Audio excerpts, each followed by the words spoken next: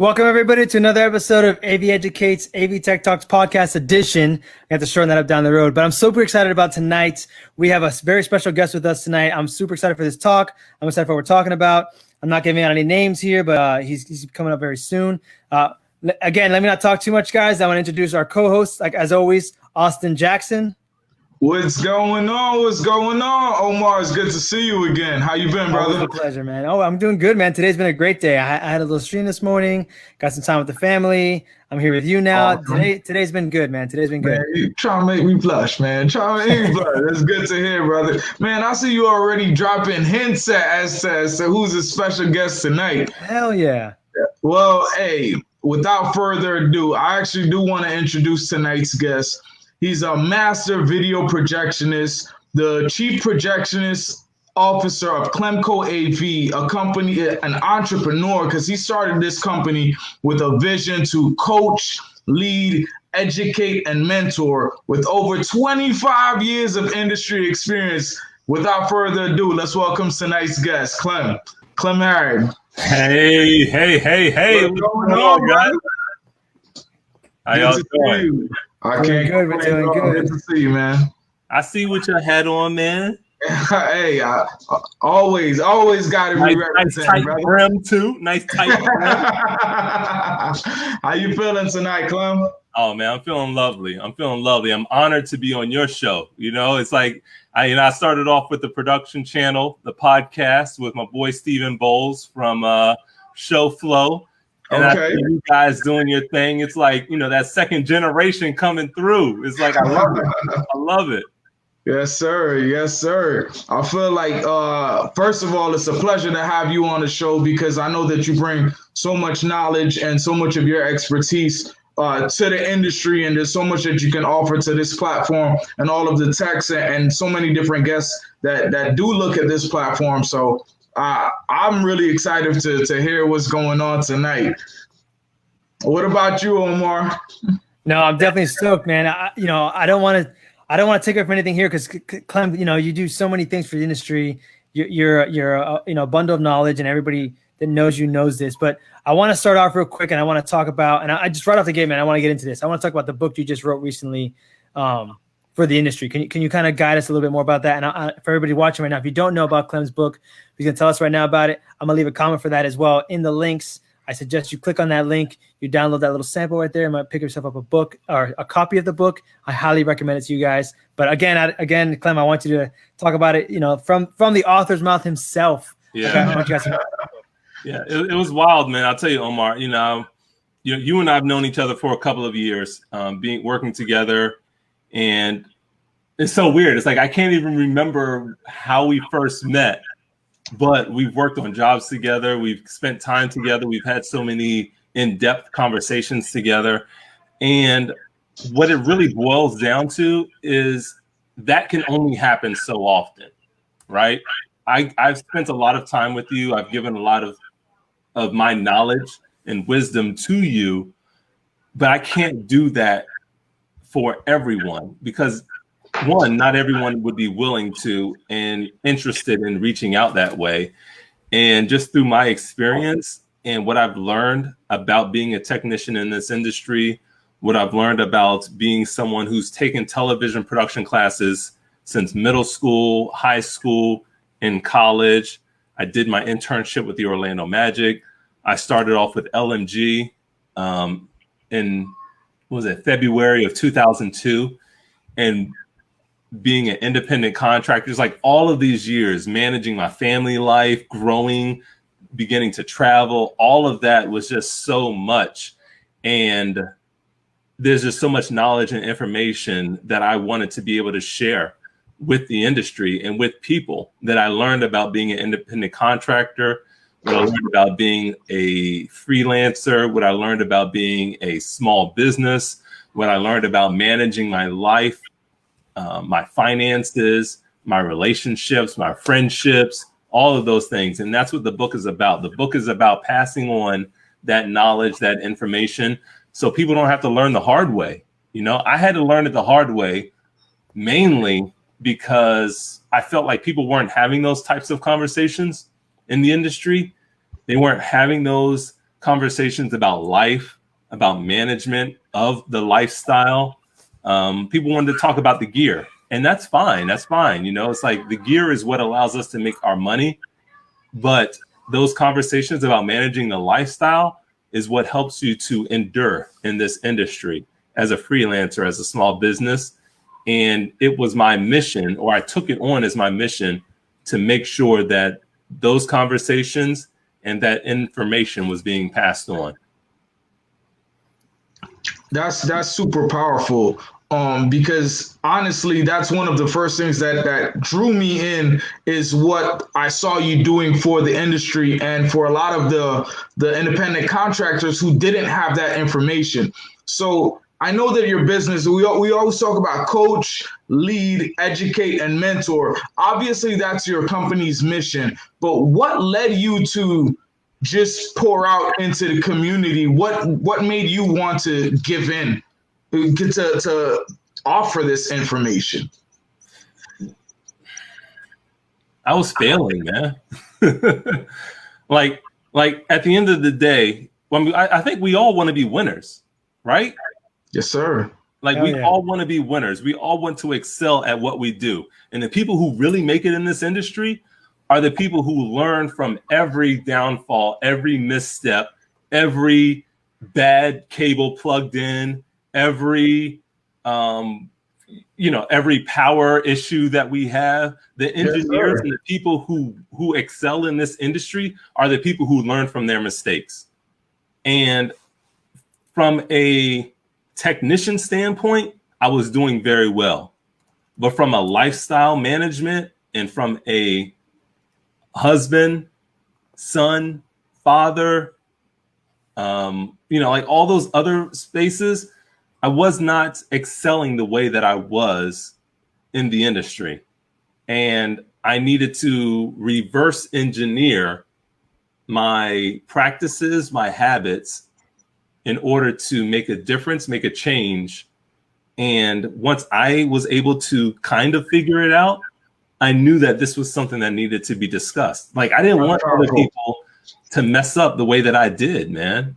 Like, I've been able to come out of it I've been able to, I mean, full transparency, I've been able to save my marriage. I've been able to save my friendships. I've been able to be the father that I needed to be, because I took the time to reverse engineer everything that was going on. And if you get caught up in show after show after show after show, bringing more money into the home, but not thinking about how you're spending that money, thinking about how you're saving that money, thinking about how you're investing that money, you're setting yourself up for failure long term. That is super powerful. And I'm not even to sell myself out, but a few months ago, you and I were playing golf, and that's the exact conversation that we were talking about, that balance of being a great technician, being great as a business owner, but still being able to have that balance of maintaining your household and making sure your family is happy. Not only that they're okay, but they're happy. And maintaining that balance all around is not only challenging, it's difficult for the other people in the situation as well. So that's super powerful that you took your own failure to blaze a trail to pave the way for other contractors. Yeah. I mean, and you're talking about blazing a trail, right? So imagine being in the woods, right?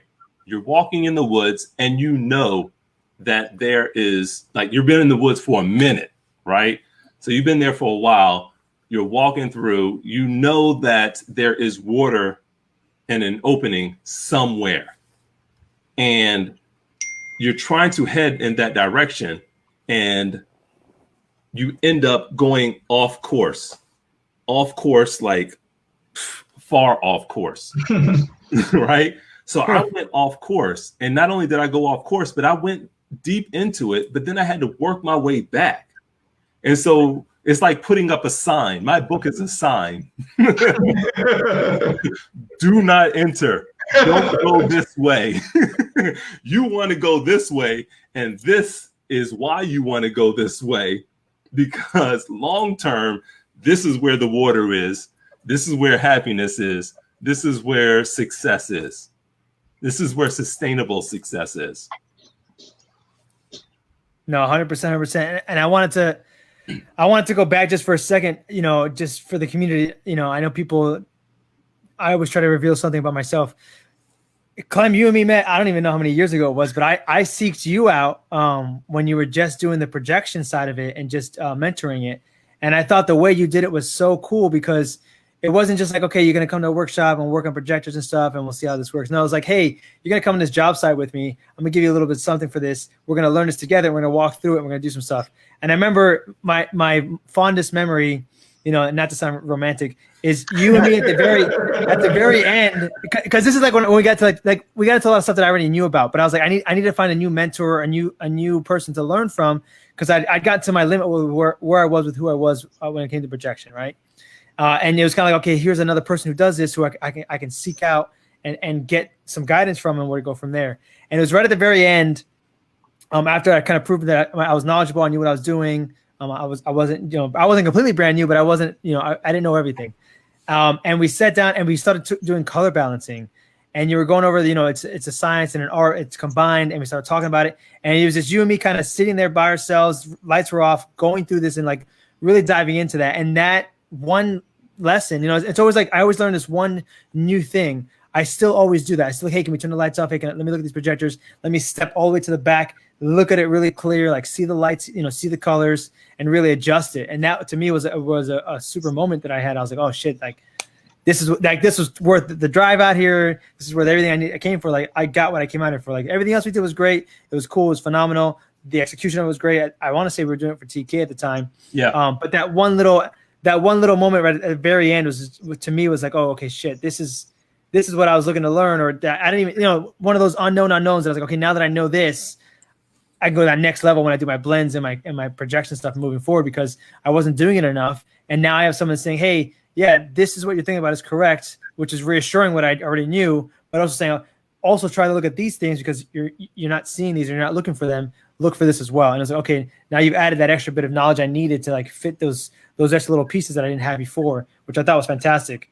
Yeah. So I just wanted to say, like, I sought you out. The guy brings a wealth of knowledge to the table, man. Go ahead. Yeah. So that was the first thing, and then we had worked together a couple times, and then I think the last time we worked together was in Tampa together, and we did that super cool 8 projection blend over the Tampa, the new, I can't remember the name of the park, but it was a new park. Yeah, we did 8 projector blend, and we were projection mapping on the bridge. Right. That's and it was crazy. Super cool. Yeah, well, so it was crazy. So here's the thing. So Clem and me are clearly like competent projectionists. We know what we're doing. We set this all up. It's really great. The part that I'm fascinated with is that the guy that was with us that was providing some of the end client, I guess, they provided these 2 Resla machines to run this, and they did it as a master and slave setup. And I was most fascinated that we were controlling them from across the river through Wi-Fi or the satellite connecting points. It was a good maybe 2,000 feet, maybe a little bit more than that, 2,500 feet or something like that.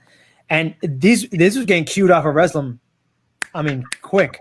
And Instantly. It was, yeah, I want to say it was what, 5 on one side and then 3 on the other side. Is that what it was? Yep. 5 on one side, 3 on the other side.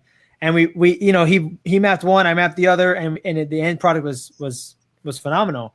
And at that time, when I was out there, I purchased your first workbook, which I don't know if you still are offering that one or not, but another book that, again, I got, read through it. A lot of things that I still do now with my pre-pro is from that booklet. A lot of the power things I do from there.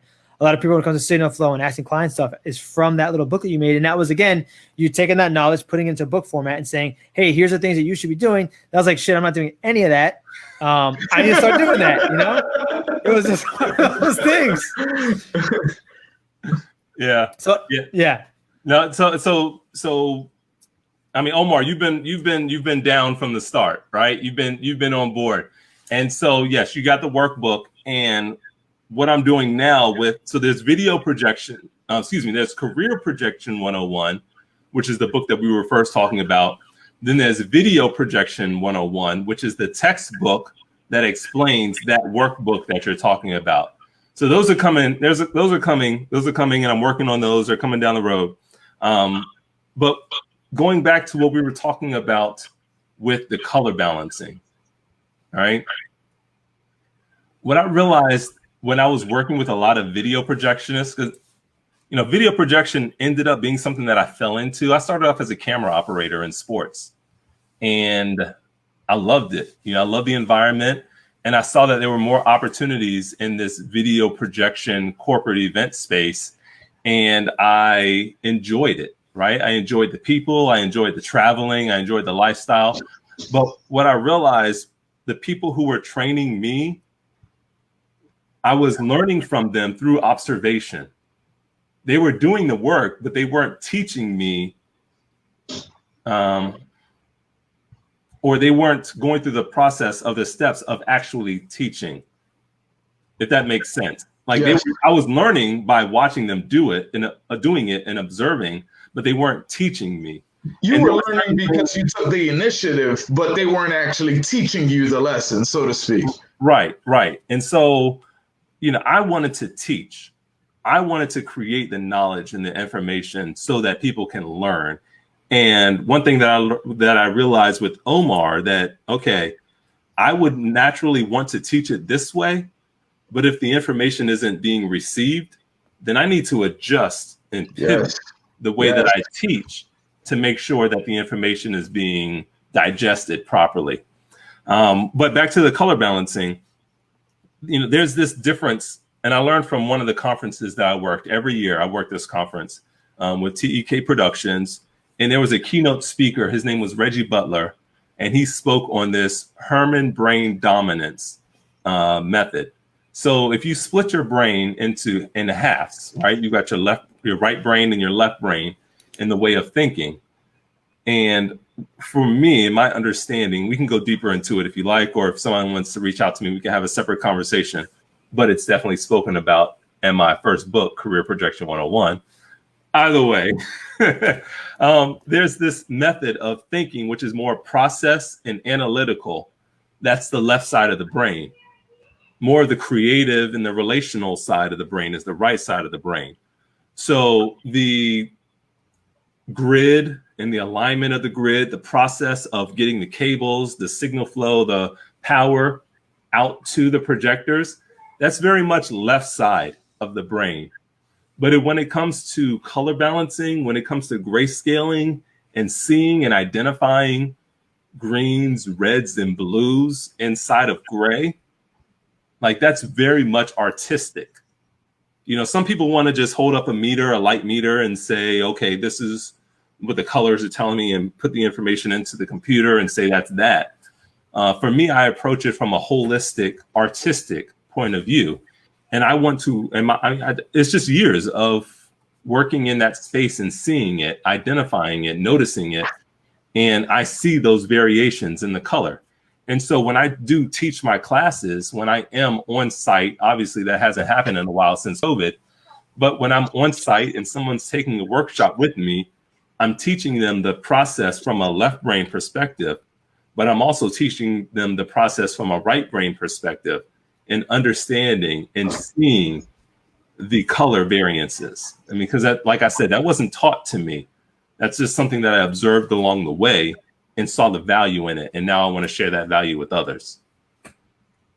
So you making, I guess that I don't even know if to call it a transition, because that's not something that you were taught. That's something that you can only gain through experience. You, like you said, you was doing this show after show, and you noticed this. After you made this different tweak or this change, what difference did it make in your career?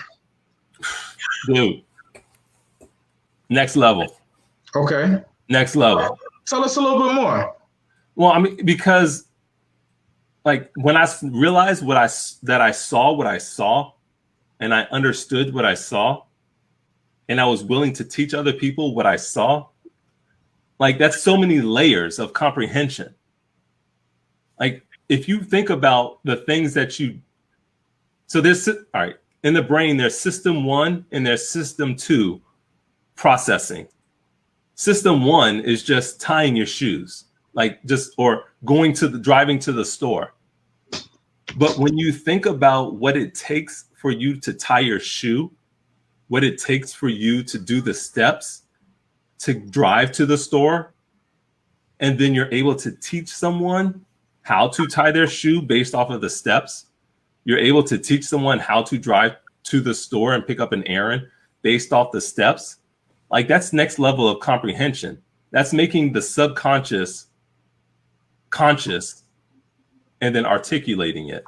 So, and I'm sorry if I hope I'm not losing anybody in these statements. No, not at all. I'm right there in line with you, because I've took some time to study the System 1 and System 2 and the difference in how they relate. But I also, just kind of dialing it back, I also believe that we continue our own education and we learn a little bit more once we actually start to teach this to someone else.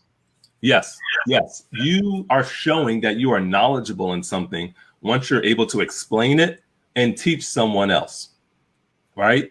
And so by doing that and showing that and willing to share the information that I've learned, the information that I've gained, that self-awareness, clients saw that, recognized that, and were willing to invest in me as I was willing to invest in others.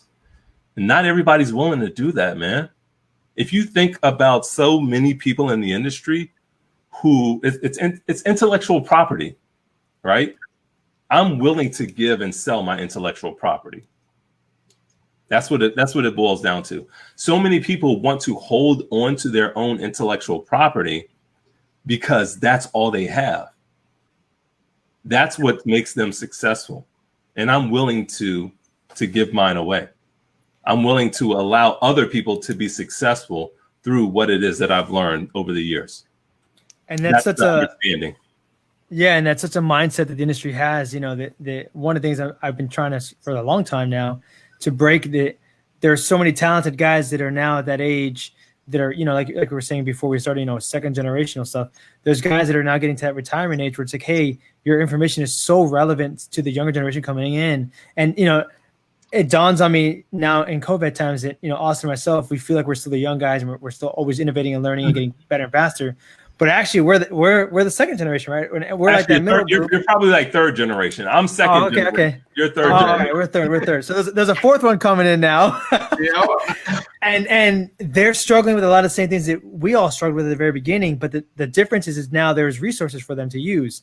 And I just, before I get too far into what I'm thinking here, I wanted to bring up something that Ed Wallaco, another one of our guys, has said. He said, "Great point, Clem. When communicating something, I will sometimes over-explain to ensure that it's received as it intended to be. If I fail to communicate what I'm expecting from someone or how to do something, it is not their fault if they get it wrong. It's my fault for not presenting the information in a way that the other person understands it." And I like how that works out for all this going on, because in particular, that is kind of what we're at the point of this, is that the older generation, or some of us, we teach and we give our knowledge out, but then we get frustrated when it's not received correctly. And we're not saying, hey, you know what? We didn't communicate our points correctly to this person, and now they're struggling with it, and we're blaming them for not getting it, which is a horrible thing to do, especially when you're just trying to learn and you're trying to absorb it, and you're looking at somebody for that leadership and that mentorship, and you kind of just, you know, deflates themselves a little bit when you degrade them, or you say, oh, you're not going to get it, like whatever.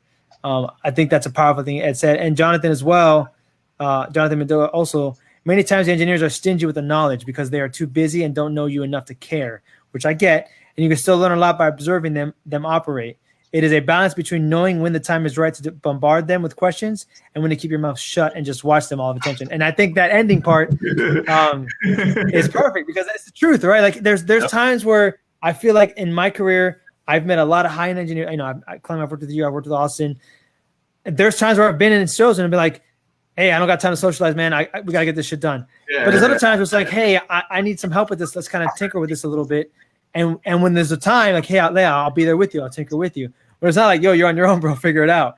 So, like, there's a balance that I think the younger generation needs to find. And as well as us, we need to be more compassionate or more mindful that we may not be communicating that correctly. And I think what you're saying, Clem, is so on point with everything that we're talking about here tonight. Yeah. Sorry, Omar, I just wanted to say that. There was a comment by Rebecca. She was saying, perfect. She said, or they're scared that you'll steal their work or that you'll teach their replacement. How do you feel about that, Clem? Oh man, I was actually having this conversation with someone today. I was so you know I've got a couple of people on staff with me, and my technician resource coordinator. That's who I was talking to earlier today, and I was telling her part of the reason why I'm working.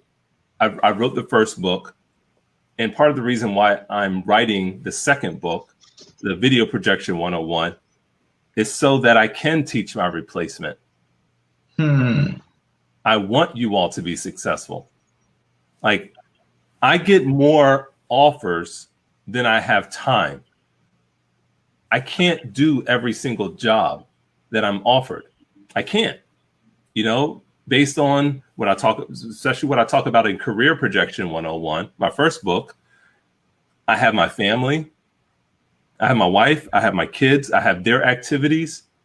I have my, you know, my own social life. There's so many things that are important, and I can't continue to go down the rabbit hole of trying to do every single event that I'm offered. I can't. I learned from it. You know, I had to work myself out of a hole because I was in that mindset. So I'm actually happy to teach my replacement. I love Ricardo. I'm not reading Ricardo Hicks' comment right now. But Ricardo Hicks is a prime example of someone that I've established a relationship with. I was doing a show in what part of North Carolina? Asheville. I was in Asheville, North Carolina. Ricardo Hicks drove from, I want to say Charlotte, and I met with him actually another time when I was in Charlotte.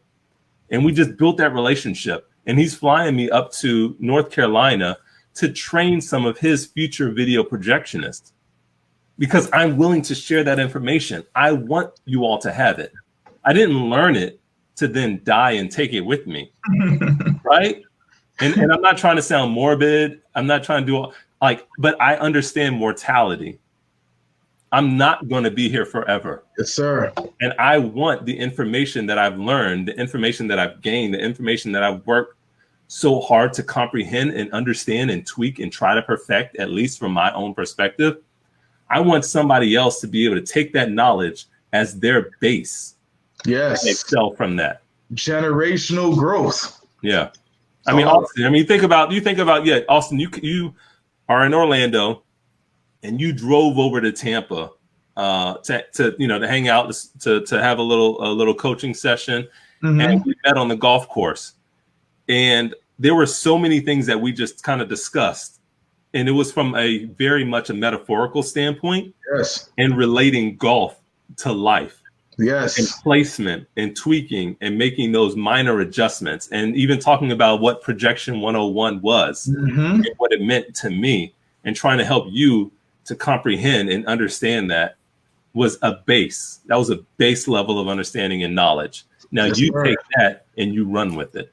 Yes, sir. And first of all, I love who you are and what you stand for in terms of creating that generational growth. A lot of times people come with a hoard of knowledge, but then they want to preserve it. And it's strange, but KFC, the Colonel died with the recipe and they haven't been the same since. If you can provide that wealth of knowledge to a generation that may, no disrespect to the generations before us, because I believe that for us to grow, we're standing on their shoulders. But for their ceilings to become our floors, our growth is limitless. Our potential is limitless. But as long as we continue to think with a hoarding mentality and all for me, all for me, all for me, then we hold back from the craft itself that we fell in love with in the beginning. Mm-hmm. And it's crazy. And that conversation that we had, like you said, Omar, we talked about relating golf to different aspects of life. But one of the biggest forms of love and compassion that I always say is to meet people where they are. As Clem was talking about earlier, a teacher can give an exam to an entire class. But if 9 out of 10 students fail, is it the student's fault, or did the teacher not get the lesson or their message across? So you have to be able to be, one, a master of your craft, but two, be able to break it down into a way that your pupils will understand. and being able to relate the message to them how it's going to come across. And I think being able to do that alone makes you successful. Yeah, definitely. Agreed. Yeah, and I think there's a different way to look at it. You know, I've always seen it as, you know, I came in the industry, or, you know, not even me, but like my father came in the industry, right, at this certain level. I'm sure Clem's seen as well. You know, you've been around. And then Clem came in and saw this level, and now we came in and saw this level. And now there's a new generation that we've provided this level of professionalism, of business, of how things are done. If we don't share that knowledge with the next generation, it's not going to keep going up. It's going to start going down because they're going to start doing things differently. They're not going to understand how to do business correctly. And the clients will take advantage of that. And not to say that they're doing anything wrong. They're just doing business. And we're doing business with people that are very smart, very intelligent, and they do business for a living. And we're working in the corporate environment. We need to think like corporate people. And for us as engineers, we need to keep ourselves at a pace, a level pace to them. So as we grow in industry, in our profession, and the corporate world continues to grow in what it does, we maintain that level of professionalism on both ends. And if we don't, right, it'll go downhill. And I think, you know, again, I want to bring people into this conversation here. So Ed here had said one, and I'm not sure if it'll show exactly everything it says, but what is worse is some people don't want to share information as a means of job security. Someone recently asked me if I'm afraid that some new technician will take work away from me with the free knowledge we are giving away on AV Tech Talks. I told them I hope someone learns something from me and is able to land some work, and that I'm not afraid of losing any work to someone who learned to do the job from watching a webinar I hosted, because I have great relationships with my clients. So there's a little bit of things here that unfortunately didn't come all the way through, but you know, another one, Nick Levine, exactly. Those relationships are one of the only things giving me any work right now. And like, you know, as Kelly Fox and I said a little bit earlier, engineering responsibility has always been refreshing to be around. That is the key difference, right? You have skills, and you're someone people like to be around. That's why you're gonna get that call back, not just because of your skill set. Another one he had shared earlier too was from, again, Nick, sharing the wealth. Only the hungry people will really do things with it anyways. And that's something I think Clem can relate to too. I'm sure you've trained tons of people and mentored tons of people, and you've seen the guys that take that knowledge and run with it versus the guys that take the course and they're still doing the same thing. Yeah. You know? And it's like we as an industry should continue to grow our people around us and work together. And that's the whole reason we're doing what we're doing here, right? Is we're trying to share that wealth and trying to get that information out there so people know, hey, there is information out there. There is a place to go. Here it is. Here's the stuff. I'm gonna drop that link back into the comments again for the book if you guys haven't got to it yet. You know, I want to get everybody know we're at the 30-minute mark, so we're halfway through. So keep your questions coming in. Keep, you know, from Facebook world. You know, I want to get back to the book a little bit and talk about the way you've organized this, Clem, and kind of get your feedback on it. So we start off in chapter 1 with how to get started, and you end in chapter 9, which I actually called you about because I was like, man, that's a chapter that's funny. No one probably thinks about, but it's probably the most important part is how do I retire? So you go over in the booklet from literally start to finish the walk away on his career, you know, and I want to get your feedback on this process you created for the guys to think about, because I know myself included, when I called you, I'm here. I've read these chapters, right? Chapter 1, how to get started. Chapter 2, how to get new clients. Chapter 3, how do I find a specialty. Chapter 4, how do I build new and maintain old relationships. You know, chapter 5, how do I set up a budget? How do I decide on a business model? Chapter 7, how do I get insurance? How do I plan for my financial future? And finally, how to retire. These are things that you're all going to go through, and you laid it out, right? And you have this strategy you did with plays and these, you know, this visual representation of it. And I've experienced a lot of this stuff. Obviously, I'm at the, you know, chapters 7 and 9 are where I'm at in my life right now. But these are things that, like, man, it took me 12 years to like gain all that. And you put it in a book that took me 48 hours to read because I'm a reading fanatic. So, you know, I want you to dive into that a little bit more and how you got from point A to point B and how you saw that and were able to write about it. So that these guys that are experiencing the same things that I know they're experiencing, because I experienced it, I'm sure Austin experienced it, you know, how you saw that this is probably everybody takes, you know, you made it specific to what we do, but also generalized that everybody that's coming in can get this information. Right. So one of the things that I mentioned before is that when I was at Florida State, I learned television production from a sports perspective, shooting Florida State football games, basketball games, volleyball. We had an arena football team there. We had an ice hockey team there. So I was heavily involved in the video production aspect of sports, from camera, E&G style, editing, producing, directing, all of that. And then I got my internship with the Orlando Magic. And then I spent 15 years in my career shooting sports. I knew that it was time for me to walk away because there were more opportunities available on the convention and corporate event side. And I was taking more jobs in that space and getting out of more work from the sports side. But when I left the sports side, when I decided to have my last season, my final season, and retire as a sports camera operator, videographer, I walked away. And I walked away as an independent contractor. But there was no like retirement. There was no retirement plan. There was no 401k. There was no pension. There was nothing given back to me for investing so much time of my life in enhancing that brand and making that brand successful. And that brand being the Orlando Magic, which is the NBA, the Tampa Bay Lightning, which is the NHL, the Tampa Bay Rays, which is the major MLB, Tampa Bay Buccaneers, which is the NFL, UCF, USF, UF, FSU. Shoot, I went down to, did some Heat games. I did some games with the Jacksonville Jaguars. Like, that's so much time of my life invested in the broadcasting of these events. And I left. I walked away. I was like, I'm tired of doing that. There's more opportunity over here. And I realized that when I left, I retired as an independent contractor. But in doing that, I handed my position over to someone else.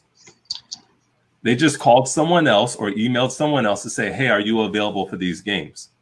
And in that retirement, and realizing that there was nothing else coming to me for all of that, I realized that, oh, wow, this is a thing.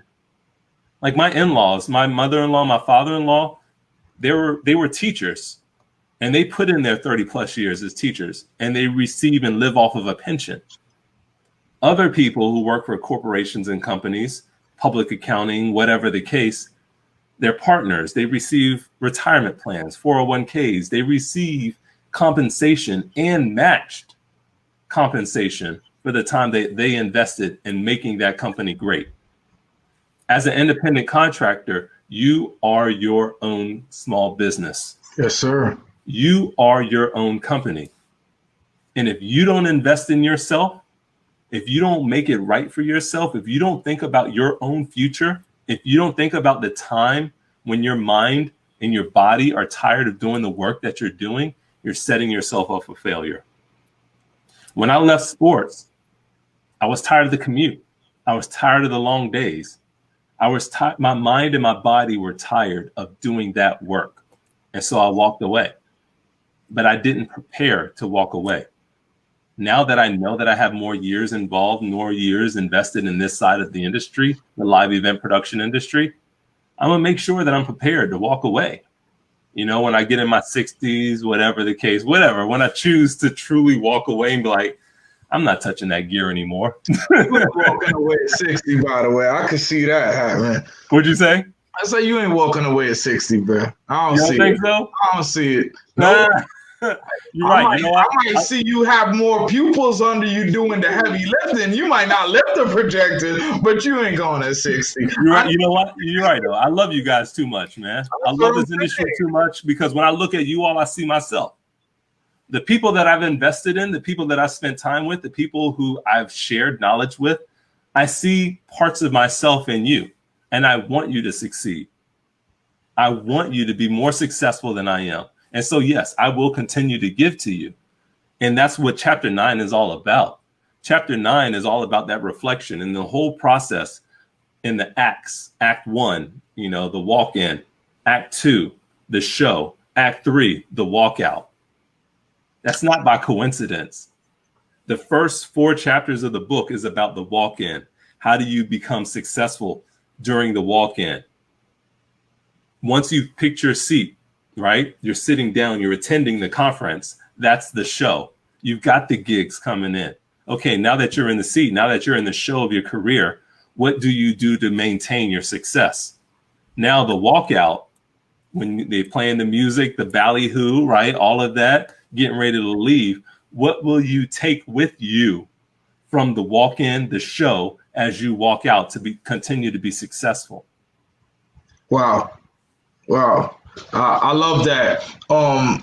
My company, AJ Marks, I always say, what will be your legacy? What will you be known for? Whose life will you have touched? Who will you have impact? What mark will you have made? And I love that where you're transitioning to the very same thing.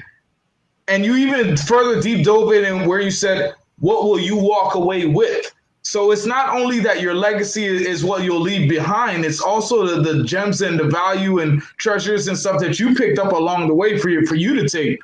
But those are the very same things that you're leaving, instilling in the ones behind. I love that. That's powerful. Yeah, definitely. I mean, like you think,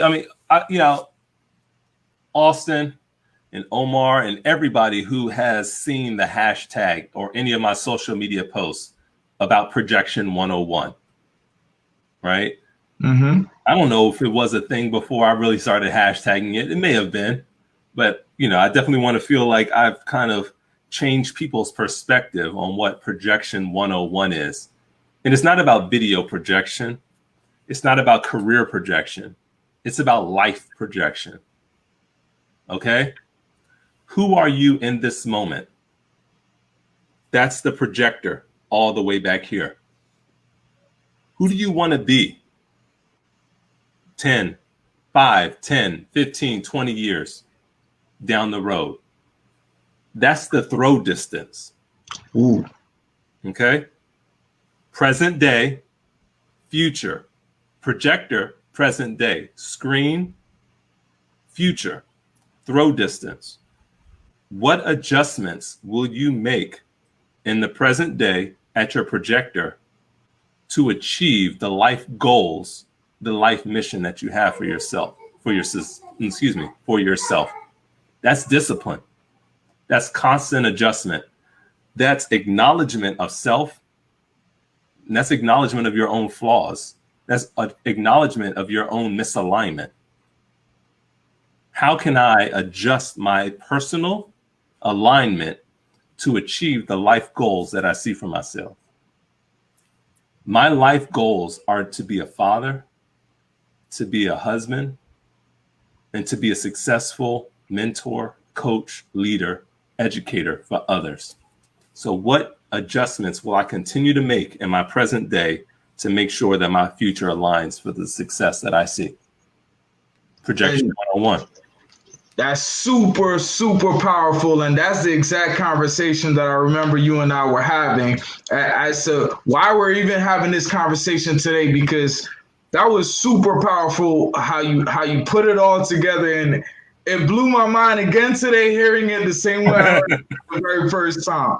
It's crazy. It's crazy. But see, Omar, even on your shirt, Projection 101. Yes, sir. CLEMCO.U. CLEMCO is an acronym. It's a company based off of coaching, leading, educating. I'll put the show. I want to see you, Omar. Come on, I'm gonna produce him here. It's a company based off of coaching, leading, educating, and mentoring others so that they can understand and see Projection 101 for themselves. The U is understanding. It's about understanding who you are, what you possess, and passing it on to others so that they can be successful from your knowledge and understanding. I think one of the hardest parts about leadership, as well as one of the most important parts of leadership, is self-awareness and accountability. Because as you said, making these constant adjustments in ourselves, it reflects in not only our work, but how we lead and how we inspire others and those behind of us. So I love it. I love it. Yeah, man. I want to mention Rebecca said something here that I think is so perfect and powerful for what we're saying right now at this moment. She said, "How you mentee performs on the job reflects back on you, and the people will hire you because your mentees are awesome." And I think that is so true, because I think the more we mentor somebody, the more that reflects on our skill sets and our abilities to learn. Yeah. They actually boost your reputation. It's just a matter of picking the right mentees that really appreciate the knowledge, are humble, and they become part of your work family. When you can help your coworkers succeed, it makes the shows better and safer. I think that's 100% right. I think if people can get into the mentality of, hey, if I help this person out and I help this person out, and we work together moving forward, it'll make our show safer, it'll make us better together, and we can grow together in the industry. Those are things that I feel, Clem, you definitely saw that, and you're like, I could do this for a bunch of people, and I can make it work, and I can expedite this sharing, caring kind of culture that we sometimes lack, and that people are commenting on, like, oh, they don't want to share this with me because they're scared or they're afraid. The rest of what Ed was saying in that comment we couldn't finish is it's a mindset of fear of sharing knowledge that I wish a lot of people could break out of. And it's the truth, right? In my experience, the more I share and learn, it's double for me, because when I share, and I'm sure Clem, you see it as well, I'm sure Austin sees it as well, when I'm teaching somebody something and they ask questions, it gets me thinking about something. I was like, oh, you know what? I never thought of it there. Oh, I've never tried that. Let me figure this out real fast. Mm-hmm. So it's growing my knowledge as well as they're getting a foundational knowledge, but they're not growing my knowledge in the process of how things work and how I operate and how I think about things. So it works both ways. Right. And I think people miss that opportunity when they kind of sheltered, or like KFC, he dies and the recipe's gone. A generation misses out on some damn good food. For real. That's what I was talking about earlier too, with bringing the subconscious conscious, bringing what it is that you inherently do, thinking about what you inherently do, and then articulating and teaching others what you inherently do. Hey, Emily. Hey, I love you. I miss you. It's been so long since we've seen each other on the show site. But so Omar, you'll be happy to know that I'm working on, I've been writing and working on Video Projection 101 during this off time. So 2 books out in just over 2 years, just in over 1 year. That's the goal. And so in this chapter, I wrote about something called mbutu. It's a Zulu word that basically means I am great because we are great. Yes, sir. Right. Doc Rivers spoke about this in a Netflix series that he was a part of. And, it's just that's important. It's like, I am only great because we are great. I'm only successful because we are successful. We as a team are working to make sure that our client is successful. Emily just joined us. And I remember, I've worked with her on 2 specific shows for Microsoft in Las Vegas at the Sands Convention Center, the Venetian, and the Palazzo. And I specifically remember those shows and talking to her and having lunch together. And I remember the people on that show. And the only reason that we were able to make our room in that conference as a whole successful is because all of the people involved in making that show great. We didn't look at our own individual role as that's my role and that's it. That's all that matters. I did what I was supposed to do. I'm good. No. We understood what we all needed to do, from audio, video, lighting, rigging, scenic, in order to make everyone else successful, to then make the client successful. And our client for that show was LMG, or I can't even remember the other production company involved, and I don't want to call out the wrong name, so forgive me. But then the end client was Microsoft.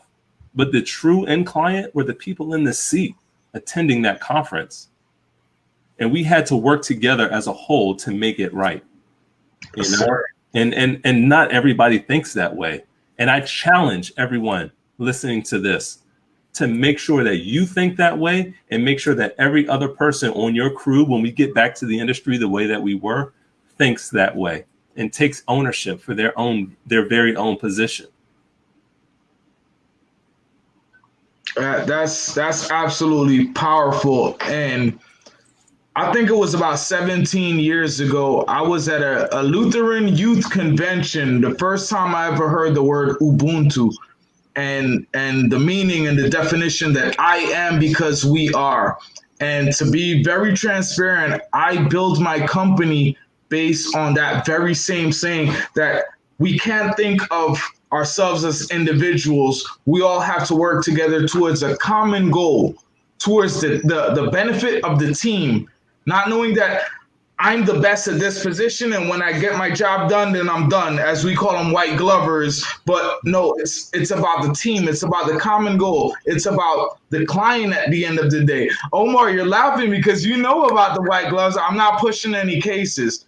But if someone was to actually push another case, that we'll get the show in a little bit faster for the client.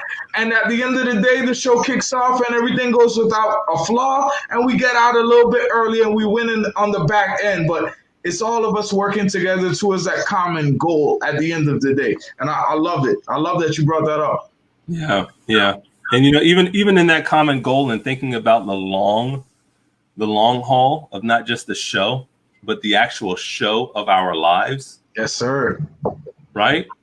If you were to think about your life the same way that you think about the show and produce and pre-produce and pre-production and all of that, there's the planning aspect. And that's and from a business and long-term management perspective, there's making sure that you have everything in line to ensure your long-term success. And this is back to the book as well, from budgeting, bookkeeping, accounting, financial planning, insurance, mental and physical health. All of that leads up to your long-term success. As an independent contractor, as a small business owner, you are the only person thinking about that for you. Yes, sir. You are the only person thinking about that for you, and you need to think about it. Actually, I think for a lot of them, you're the only person thinking about it for them, because a lot of them don't even think about these things. Yeah. They're so focused on, man, I need another day rate. Book me for these days, not realizing that kids spell love Time. And your wife is missing you. And at the end of the day, you're going to work so much that there's going to be some days where you're going to be sick. And what about the health insurance? What about the days when you can no longer work and you got to retire? Who's setting aside for those rainy days or that long-term goal when we talk about career projection? And I love that you actually bring this up. I know we only have about 5 minutes left in the podcast, but there's so much knowledge that everyone... Hey, I'm not just talking. I got the book right here. I'll be very transparent that I was one of the people that I saw so much value in the fact that this came across to our industry, because it's a wealth of knowledge that so many technicians, so many independent contractors across the board need to see. That my company, we sponsored books to give out to technicians. Yep, you sure did. The things that I was so happy to be able to be a part of, because I saw the value. Yeah. Austin, the first time that I actually met you or heard of you or learned your name was when you decided to sponsor 5 books for other people. Like, it wasn't about me. It's the value I saw and what you were bringing to the table. And hey, let it reach others. Yeah. How can we reach others? Yeah. So I'll definitely say from day one, you were thinking about other people being successful. Yes, sir. And that meant a lot for me in understanding who you were in this industry and how you were thinking. And that's part of the reason why we met up that day as well for golf, because it was like, okay, this dude is thinking about things from the similar perspective that I'm thinking about. And like the whole reason that I built my company, if you go to my website, CLEMCO.AV.com, and you watch that video and Omar's in it, Omar's got a cameo, you'll realize that like I was never interested in starting a business. That wasn't my plan. That wasn't my goal. I just wanted to be able to teach and pass on the information that I've learned. No other company allowed me to do it the way that I wanted to do it or saw it the way that I saw it. So I had to do it myself. And I wasn't afraid to do it myself because I was thinking about you. I was thinking about what can I show you? What can I teach you to help you to be successful? From CLEMCO.AV, CLEMCO.U to CLEMCO HR, and now the whole CLEMCO network, it's about you. Yes, sir. Well, if you look at the comments, you got Jonathan McDougall. He said, "I want to buy your book, Clem." We posted it right back in the comments, so they have a link exactly where you can get it. Sean Newman says, "We need to hang." So obviously, the technicians see the value in what you're bringing to the industry. We only have a few minutes left. How about you tell the technicians and all of our viewers, if they want to have any further conversation, tell us some resources. How can we get in touch with you? How can we learn more?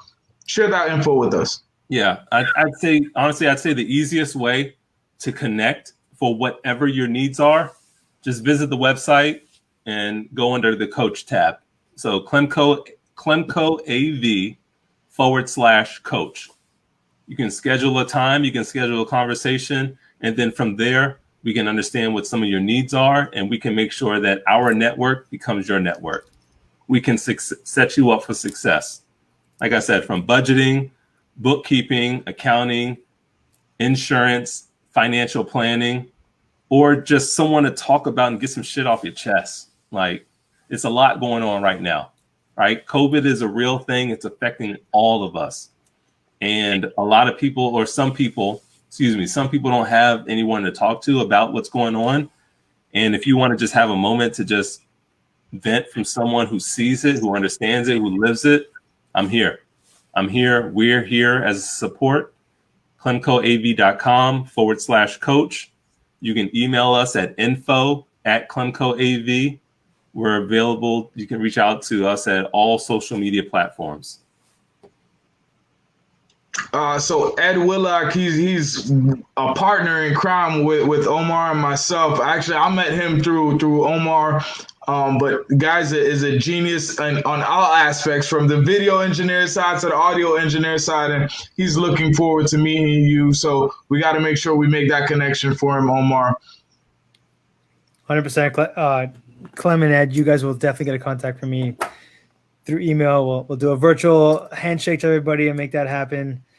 So again, real quick, I just want to, if you have any last words, I guess, Clem, for the audience out there, everybody's been passionate to see what's going on here.